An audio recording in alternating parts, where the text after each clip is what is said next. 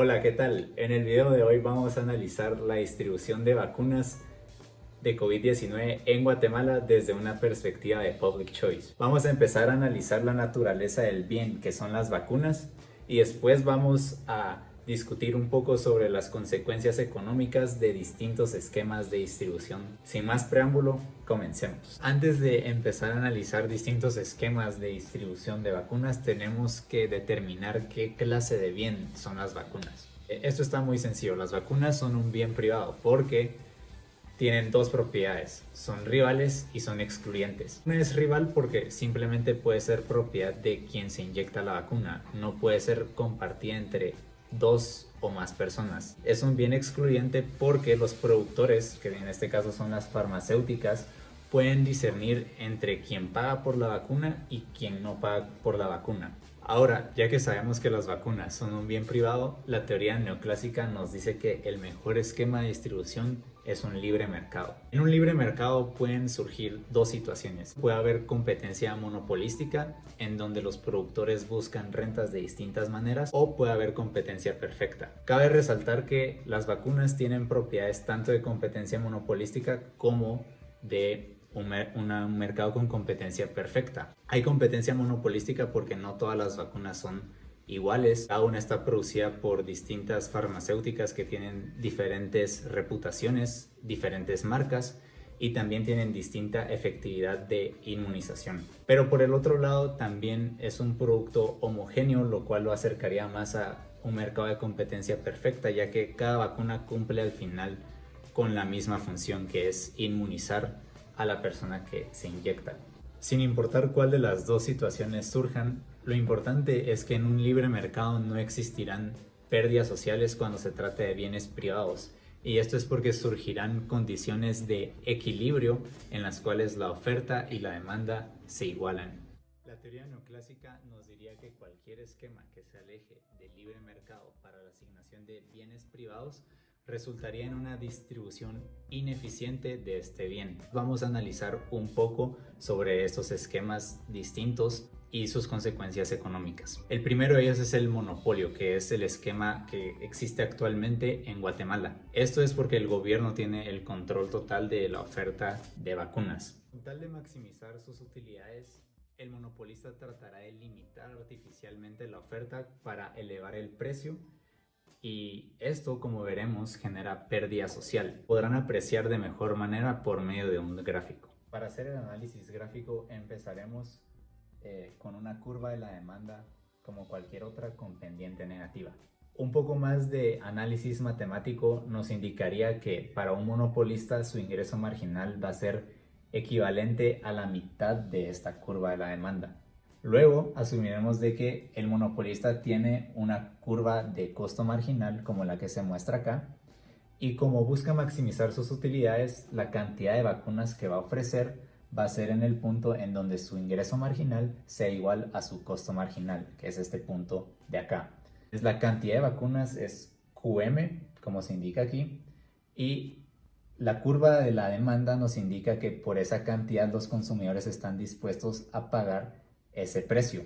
Se estarán preguntando en dónde está la pérdida social de todo esto. En un sistema de libre mercado, la cantidad ofertada sería en el punto donde la curva de costo marginal intercepta a la curva de demanda, que es este punto de aquí. Como pueden ver, la cantidad es mucho mayor que en la cantidad de un monopolio. Eso quiere decir que bajo un sistema de monopolio se producen mucho menos vacunas, y como pueden ver, el precio es mucho menor que el precio de monopolio. Entonces los consumidores están pagando mucho más por sus vacunas. La pérdida social entonces se marca en esta área de acá, muy similar a un triángulo, y estos son recursos desperdiciados que nadie está aprovechando, ni el productor, ni los distribuidores, ni los consumidores de las vacunas.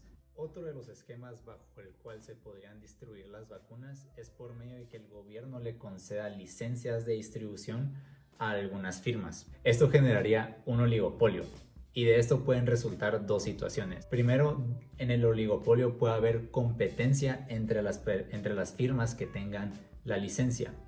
Esto haría que el precio sea mucho más bajo que en un monopolio y que la cantidad ofrecida sea mucho mayor. La otra situación que puede surgir es un cartel en el que las personas que tengan estas licencias se pongan de acuerdo entre todos para limitar la oferta y elevar el precio, y entre un cartel surgiría la misma situación que vimos anteriormente con un monopolio y se haría la misma pérdida social.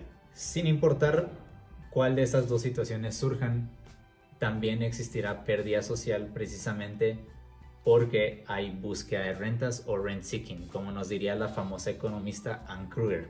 Existe pérdida social por esta búsqueda de rentas, ya que estas firmas tratan de cortejar y de ofrecerle favores a cambio a los políticos con tal de que les concedan estas licencias, y simplemente lo pueden hacer por medio de formas legales o ilegales, tales como sobornos, o puede ser por medio de lobbying. De todas maneras, esta búsqueda de rentas genera pérdida social, ya que no se produce nada en esta búsqueda de licencias. No se producen más vacunas ni se producen ningún otro bien o servicio. Entonces todos esos recursos son desperdiciados porque no son consumidos por nadie. El último de estos esquemas es la prohibición total de la vacuna. Esto tendría distintos efectos.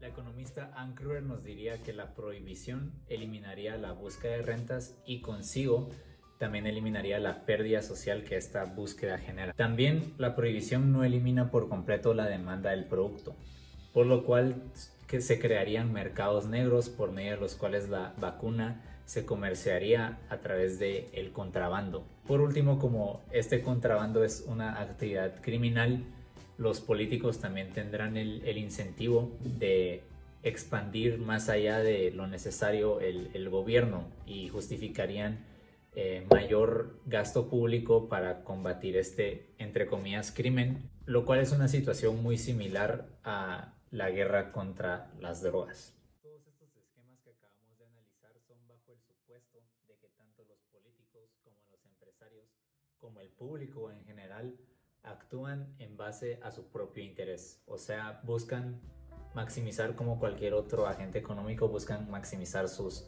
utilidades. Esto puede servirnos para explicar muchos más fenómenos sociales. Por ejemplo, la búsqueda de renta se puede ver en el establecimiento del estado de calamidad durante la pandemia que ocurrió el año pasado. Se cerraron varios negocios y se le concedieron licencias de operación a aquellos que eran únicamente considerados como negocios indispensables, pero como podemos ver, la concesión de licencias lo que genera es búsqueda de rentas. Los políticos buscan a cambio de estas licencias obtener algún favor para su propio interés. También puede explicar por qué el estado de calamidad se extendió más de lo necesario. Como nos diría Gordon Tullock, usualmente esta búsqueda de rentas que sucede, por ejemplo, en el estado de calamidad, se disfraza o se oculta detrás de alguna ideología o de algún pretexto. El cierre total de los negocios y del país se hizo justificándolo porque era para salvar las vidas de varias personas, pero lo que no se tenía en consideración es que esto generó la oportunidad para que los políticos pudieran aumentar el gasto público, aumentar el nivel de endeudamiento, precisamente porque disfrazaban bajo esta justificación el estado de calamidad. Muy pocas personas se cuestionaron al principio las medidas que se tomaron. Era un virus sobre el cual no conocíamos mucho y de cierta manera entramos un poco en pánico, y cuando estamos en pánico no importa qué acción se tome, lo importante es tomar alguna acción. En conclusión, creo que la perspectiva de Public Choice explica muy bien todo lo que sucede con la pandemia, explica muy bien la distribución de las vacunas. Esto no quiere decir de que todos los políticos sean corruptos o que todos los políticos sean egoístas. Sin embargo, hay que apegarnos un poco a la realidad, y la realidad es que los políticos no son distintos a otros seres humanos, son igual que nosotros, tienen metas, tienen objetivos, tienen ambiciones y procuran maximizar su propio beneficio. Gracias.